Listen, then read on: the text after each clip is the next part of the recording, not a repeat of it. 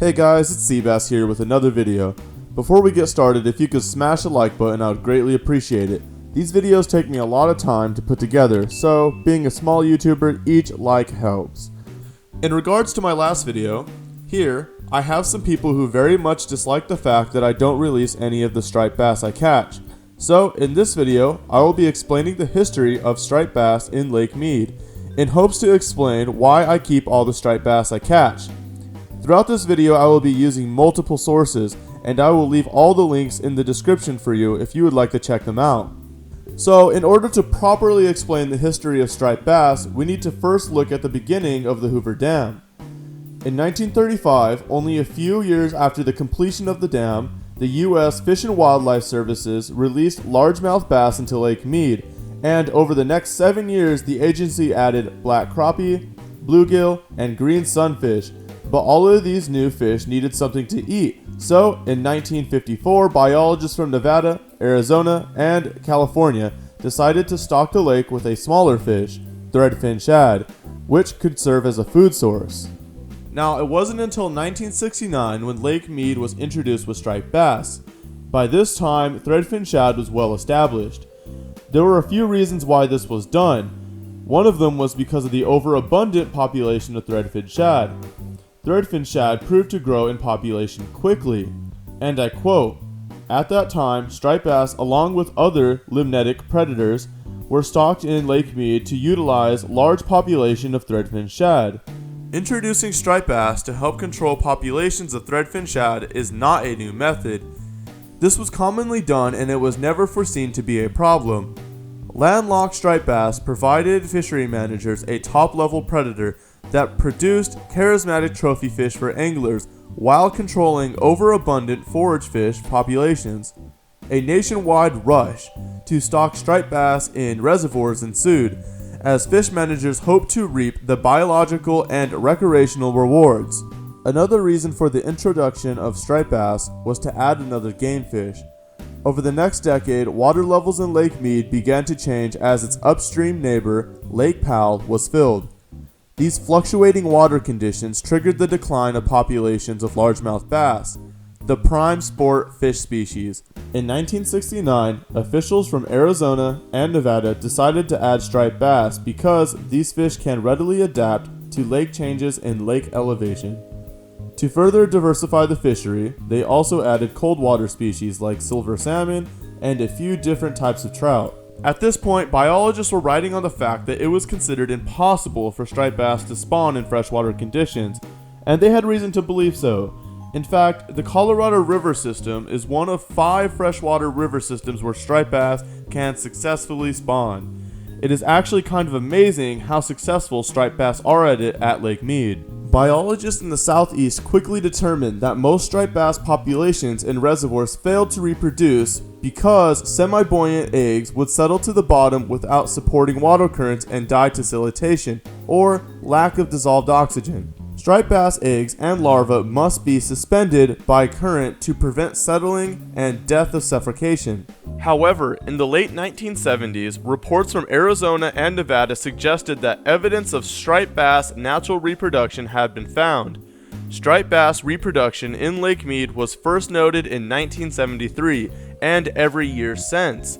Possible spawning sites include areas where the river current could suspend egg and larvae, as the literature suggested, but spawning sites were also suspected in the reservoir locations with minimal current. So let's recap. Striped bass were believed incapable of spawning in freshwater environments due to certain factors, yet they were successfully spawning at Lake Mead. Later on, it was figured out how these fish successfully spawned in these waters, and all that matters now is that striped bass are there and they're not going anywhere. From this point, striped bass ruled Lake Mead. They would start their juvenile life feeding on threadfin shad and grow up eating stock trout. Because of this, the previous trout populations were wiped out, but it did cause Lake Mead to contain some massive stripers.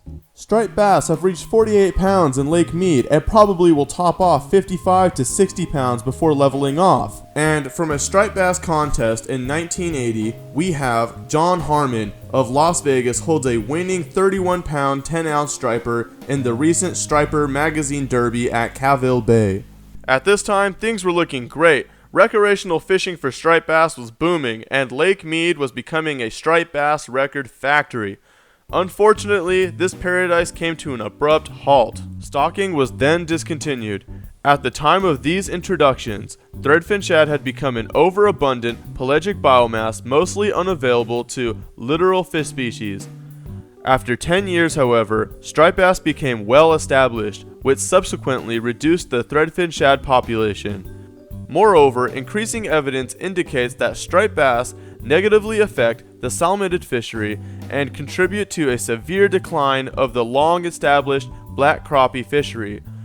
Trout stocking was discontinued in 1983 for a variety of reasons, including the poor long-term returns and other demands on production capability. Poor condition factors persisted in both striped bass and black bass.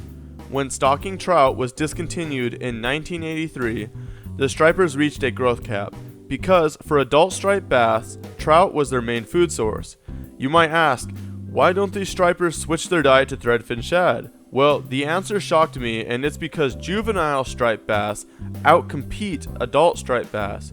You see, stock trout were too big of a prey for juvenile striped bass, but they're perfect for adults, so they didn't have to compete. But if a juvenile and an adult striper competes over the same food source, the juvenile striped bass wins. This led to the striped bass population consisting of quantity over quality. This endless cycle continues today, where Lake Mead is filled with juvenile fish and adult stripers are finding themselves starving. I've seen estimates for striped bass populations from 5 to 11 million. These waters are filled with stripers competing with each other, leaving them in poor condition. But you don't have to take my word for it. Let's see what the Department of Wildlife has to say about the conditions of striped bass. The Department of Wildlife created something called the condition factor. It determines the well-being of a fish.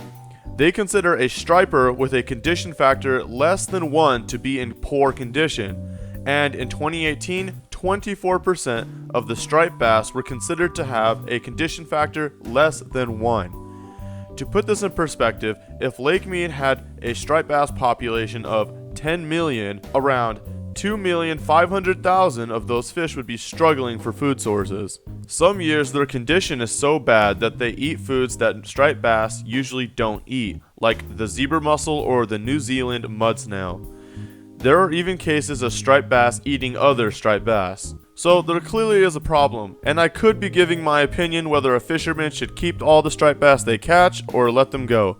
But luckily there's a way more credible source out there telling us what we should do, the Department of Wildlife, and I quote, "Since 2007, the primary strategy for managing striped bass has been to manipulate the structure of the lake-wide population by encouraging anglers to harvest large numbers of smaller sizes through legalizing the legal possession limit. Increased harvests from 12 to 15-inch striped bass, primarily 1 to 2-year-old fish, would lessen the impact on shad, thus making more of the current shad production available to larger striped bass when their distributions overlap in the late summer and the early fall. Ideally, this would improve the body condition in larger fish." So, there it is. The best way to help the quality of striped bass in Lake Mead is to catch as many as we can within the legal limit. Personally, I don't think this alone will solve the problem at hand, but it definitely will help. Something else that I thought would help was the invasive gizzard shad, which was accidentally introduced into Lake Mead in 2007. These shad are a food source for striped bass and can grow big enough so juvenile striped bass can't eat them, leaving the adult striped bass to forage for them. So this possibly could be a replacement for trout. However, the Department of Wildlife poses a different problem, which includes gizzard shad growing too big instead of becoming a food source. They compete for it. Gizzard shad can grow up to 18 inches, which is definitely too big for striped bass to eat. An obvious solution would be to bring back the trout hatcheries so the adult striped bass can forage. Unfortunately, there's no sign of this happening. Well, it looks like that's it for me. If you found this video useful, that makes my day. If you have any constructive criticism or any video ideas, please let me know. Thank you for watching, and I hope you have a wonderful day.